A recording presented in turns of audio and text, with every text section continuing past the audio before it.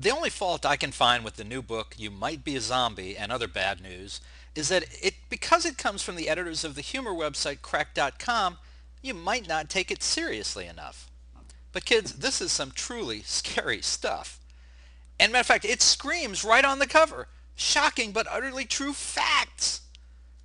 Now, when I started reading, I was waiting for the punchline at the bottom of each page. Then I went back and reread the cover. Oh, I thought, this really is true. Then it ceased to be funny and started being scary. There's the cover right there. Okay, it was still pretty hilarious.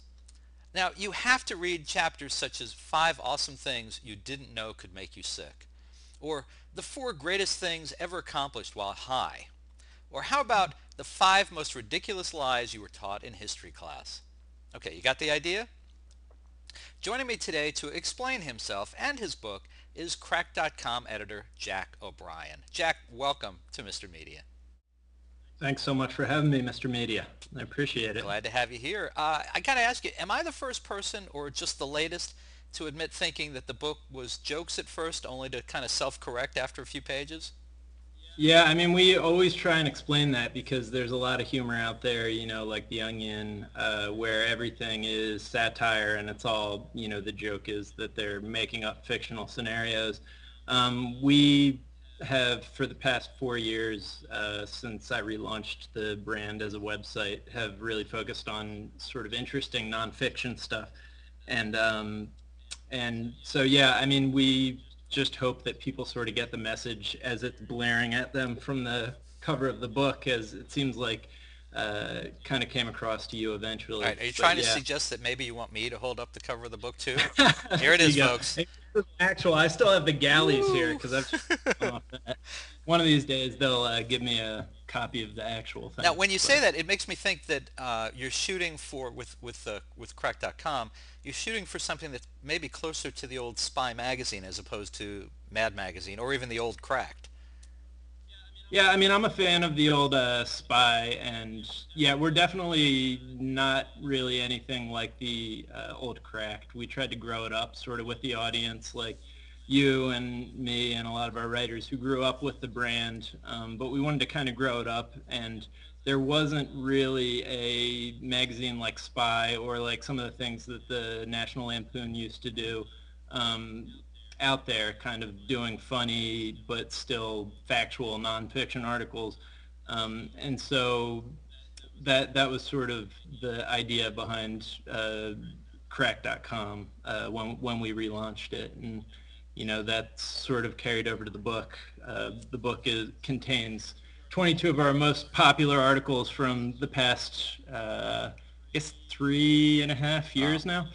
Um, and each one is sort of jam-packed with the most fascinating information that hundreds of different writers who are pitching these articles to us from various different backgrounds. We have doctors, we have history professors who are coming in, and they'll have these unique experiences and these unique areas of expertise. And so we're able to sort of harness that and give it a comedic take. You said that you did laugh eventually after you got over your the night terrors, um, but yeah, that's sort of how the articles come together and how the book was made. And there's also 18 brand new articles in the book that you can't get anywhere else, and you will never be able to get anywhere Well, and else. this is the thing.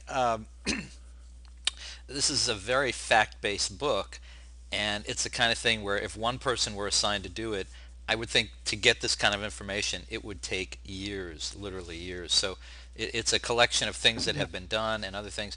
A lot of people obviously contribute to the making of a book like this.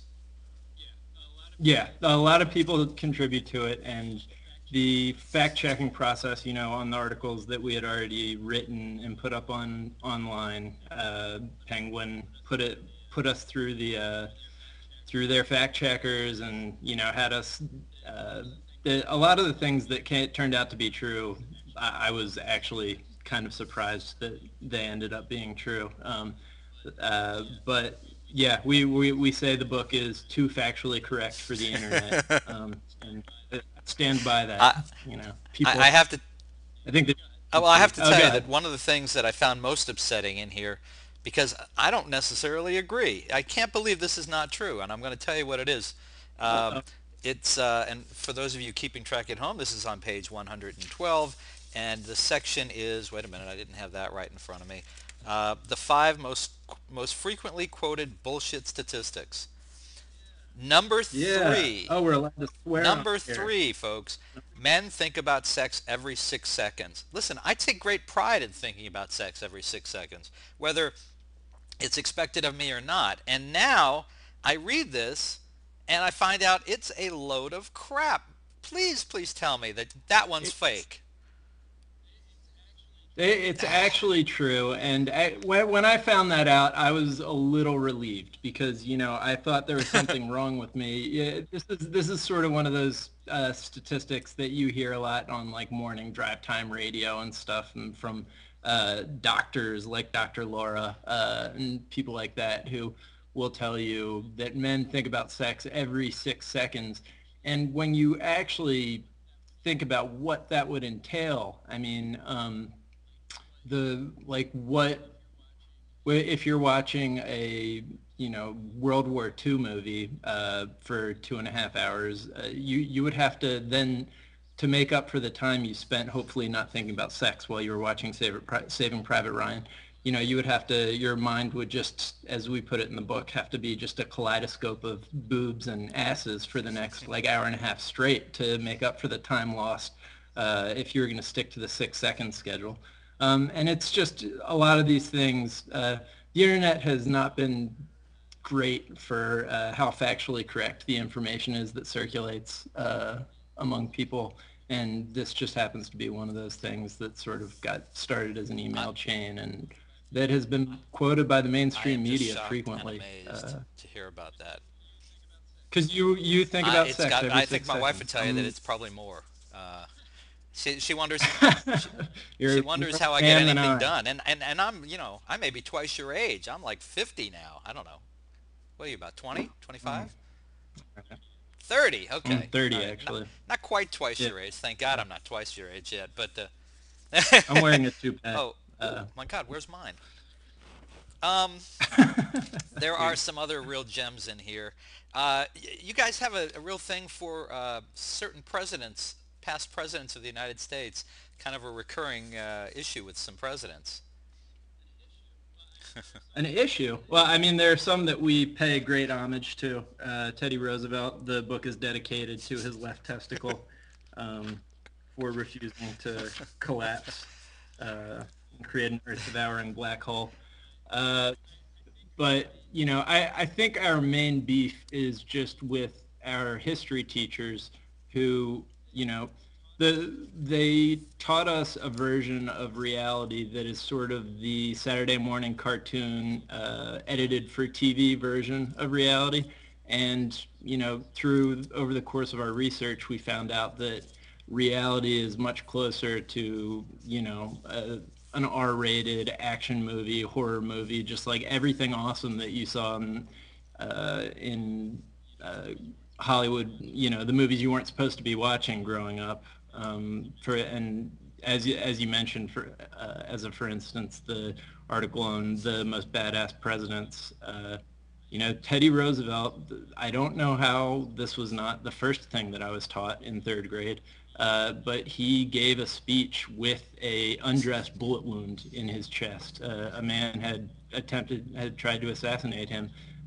He just went ahead and gave his speech and told the crowd, "I'm not sure if you're aware of this, but I've been shot." And he told this to them 20 minutes into the speech because that's how manly he was. He had other things to get out there, before that were more important than informing them that he had a undressed bullet wound in his chest.